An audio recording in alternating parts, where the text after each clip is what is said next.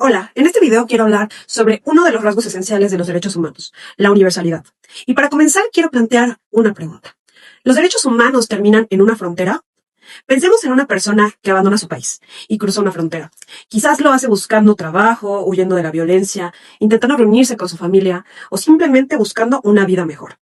Esa persona puede contar con documentos migratorios o encontrarse en una situación irregular.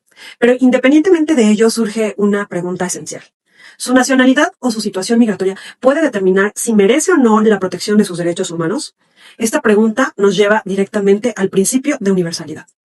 El artículo primero de la Constitución mexicana reconoce los derechos humanos y establece además que todas las autoridades tienen la obligación de promoverlos, respetarlos, protegerlos y garantizarlos de conformidad con los principios de universalidad, interdependencia, indivisibilidad y progresividad. Pero, ¿qué significa realmente que los derechos humanos sean universales? La idea esencial es que los derechos humanos correspondan a todas las personas por igual, sin discriminación. Por ello, su titularidad no depende de la nacionalidad de una persona ni como regla general de su condición migratoria. Sin embargo, afirmar que los derechos humanos son universales no significa que todas las personas puedan ejercerlos efectivamente en las mismas condiciones. Y aquí me parece importante distinguir entre la universalidad como un punto de partida y como un punto de llegada. Y como punto de partida hablamos de titularidad. Todas las personas son titulares de derechos humanos, pero como punto de llegada hablamos de algo mucho más complejo. Conseguir que esos derechos sean realmente respetados, protegidos y garantizados para todas las personas. Y precisamente aquí encontramos uno de los grandes desafíos en materia migratoria, porque una persona puede ser titular de derechos humanos y al mismo tiempo enfrentar enormes obstáculos para ejercerlos. El idioma, la discriminación, el desconocimiento de sus derechos, la falta de documentos o incluso el temor de acercarse a una autoridad. Para entender mejor esta situación, pensemos en un ejemplo. Imaginemos a una mujer migrante que atraviesa México acompañada de su hijo. Durante su trayecto, el niño presenta una emergencia médica. La madre necesita buscar ayuda, pero tiene miedo de acudir ante una institución porque se encuentra en situación migratoria irregular y teme que esto pueda traerle graves consecuencias. Entonces podemos preguntarnos, ¿la ausencia de documentos migratorios elimina el derecho de una persona a recibir protección? La respuesta es clara. La respuesta es no. Su situación migratoria puede tener determinadas consecuencias jurídicas, pero no elimina su condición de persona ni la titularidad de sus derechos humanos. Esta es una de las expresiones más importantes de la universalidad. Además, este ejemplo nos permite observar que los derechos humanos no funcionan de manera aislada.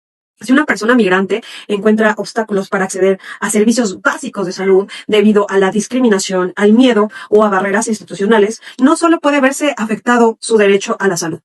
Dependiendo de las circunstancias, también puede estar comprometido su vida, su integridad, la igualdad, la no discriminación y su posibilidad de acceder a mecanismos efectivos de protección.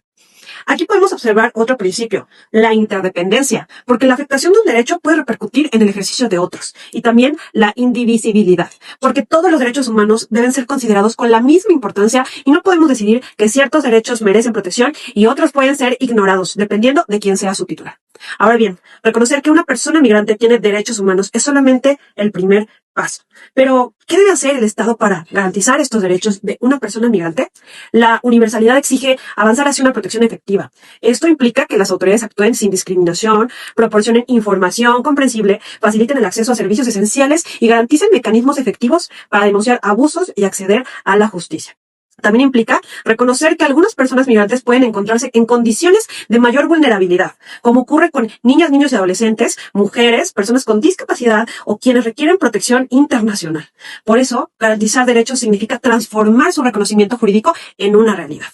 Pero también debemos preguntarnos, ¿qué sucede cuando esos derechos son vulnerados? El propio artículo primero constitucional establece que el Estado debe prevenir, investigar, sancionar y reparar las violaciones a estos derechos humanos. Estas obligaciones también deben cumplirse respecto de las personas migrantes. Su nacionalidad o situación migratoria no puede convertirse en una barrera para obtener protección frente a una violación de derechos humanos. Y es por esta razón que elegí analizar el principio de universalidad desde la situación de las personas migrantes, porque considero que este contexto nos obliga a preguntarnos qué significa realmente afirmar que los derechos humanos pertenecen a todas las personas. El verdadero desafío aparece cuando debemos hacerla efectiva respecto de una persona que viene de otro país, habla otro idioma, carece de documentos o se encuentra en una situación jurídica diferente a la nuestra. Por eso, quisiera terminar regresando a la pregunta con la que comencé. ¿Los derechos humanos terminan en una frontera? Pues no. Una frontera puede determinar dónde comienza o termina el territorio de un Estado, pero no debe determinar dónde comienza o terminan los derechos de una persona, porque los derechos humanos no dependen de un pasaporte. Su fundamento está en la dignidad de cada persona. Gracias.